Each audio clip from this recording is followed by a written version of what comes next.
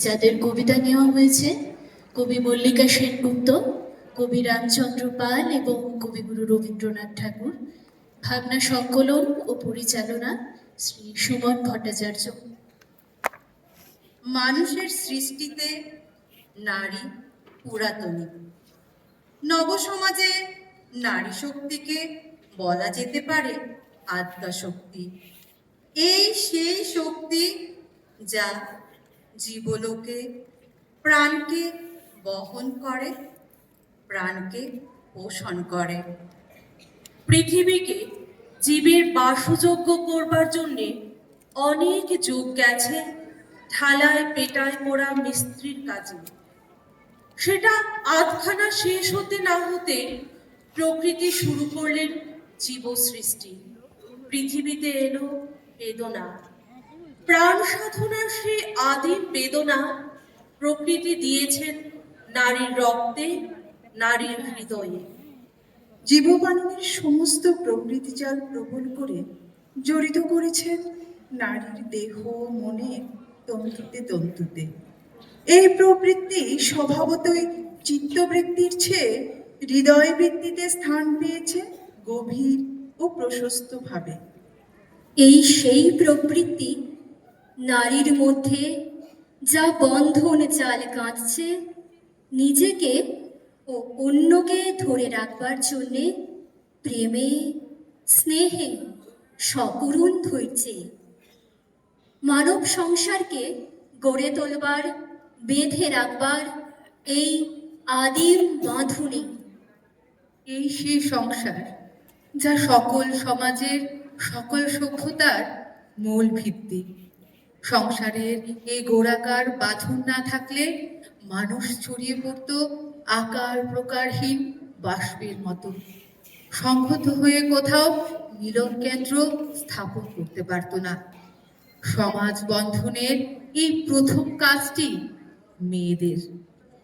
নারীকে আপন ভাগ্য জয় করিবার কেন নাহি দিবে অধিকার? হে বিধাতা, নত করে মাথা পথ প্রান্তে কেন রব জাগি? ক্লান্ত ধৈর্য প্রত্যাশার পূরণের লাগি দৈবাগতিনে শুধু শূন্যে চেয়ে রব, কেন নিজে নাহি লব চিনে সার্থকের পথ?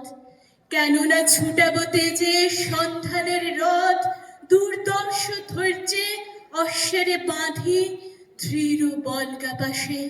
দুর্জয় আশ্বাসে দুর্গমের দুর্গ হতে সাধনার ধন কেন নাহি করি আহরণ? প্রাণ করি পণ। আমি নারী, আমি মহীয়সী। আমার সুরে সুর বেঁধেছে জ্যোৎস্না বিনায় নিদ্রাবিহীন শশী। আমি নইলে মিথ্যা হতো সন্ধ্যা তারা ওঠা, মিথ্যা হতো কাননে ফুল ফোটা। আমি চিত্রাঙ্গদা, আমি রাজেন্দ্র নন্দিনী, নহি দেবী নহি সামান্য নারী। পূজা করি মোরে রাখিবে ঊর্ধ্বে সে নহি নহি, হেলা করি মোরে রাখিবে পিছে সে নহি নহি।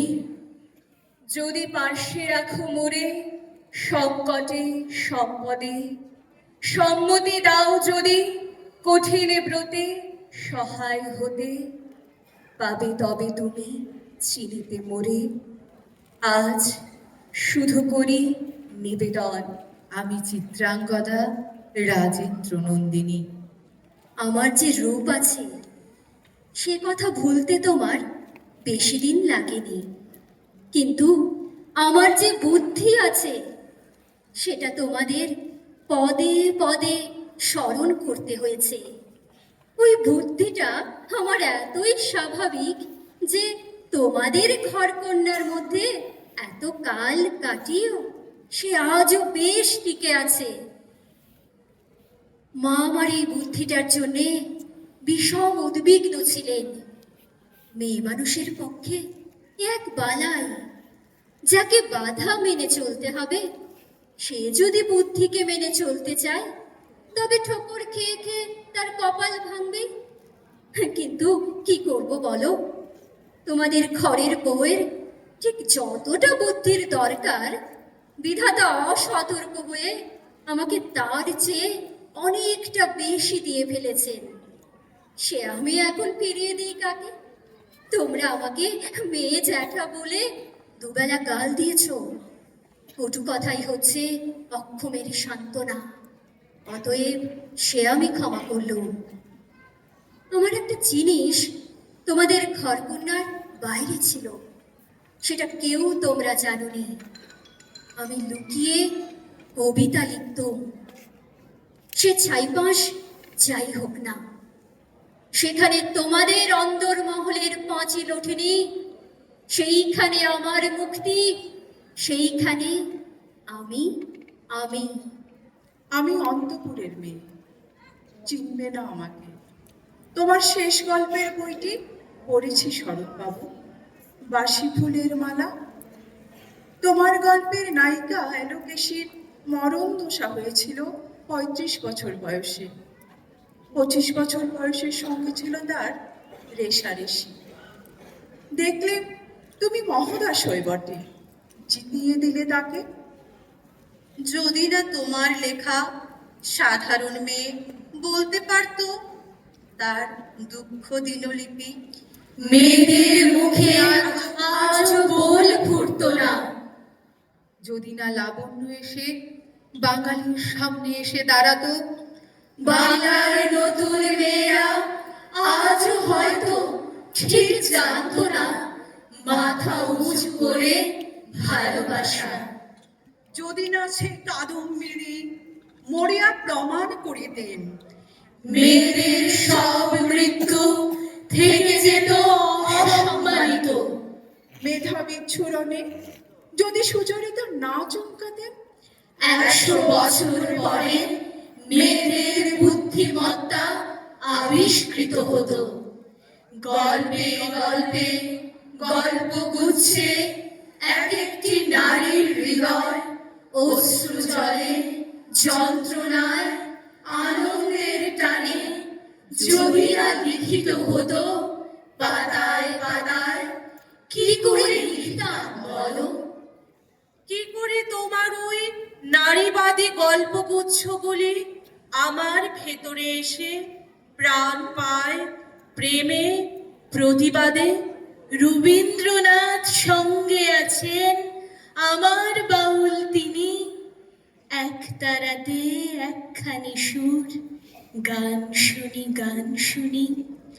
ভোরে যখন দেখেছিলাম সূর্য তখন ছবি, মুগ্ধ চোখের কি বিস্ময়ে সহজ পাঠের কবি।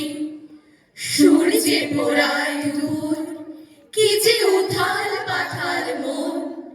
কোথায় আছে কোথায় আমার একার আপনজন? তখন তিনি রবীন্দ্রনাথ কবিতা আর গানে রাত্রি দিনের সঙ্গী আমার মেঘ করিয়ে আনে। তখন তিনি সান্ত্বনা দেন বন্ধু হয়ে কাছে। কোথাও ঠিক কোথাও কেউ হাত বাড়িয়ে আছে। বলতে বলতে সঙ্গে চলে প্রিয় স্বজন সখা, স্নেহের এবং সাবধানতার জড়িয়ে বুকে রাখা। ঝড় আসে ওই একলা মেঘে তুমুল হাওয়া গড়া, আবার সেই রবীন্দ্রনাথ নতুন করে পড়া। আবার সেই রবীন্দ্রনাথ নতুন করে পড়া। অসংখ্য ধন্যবাদ।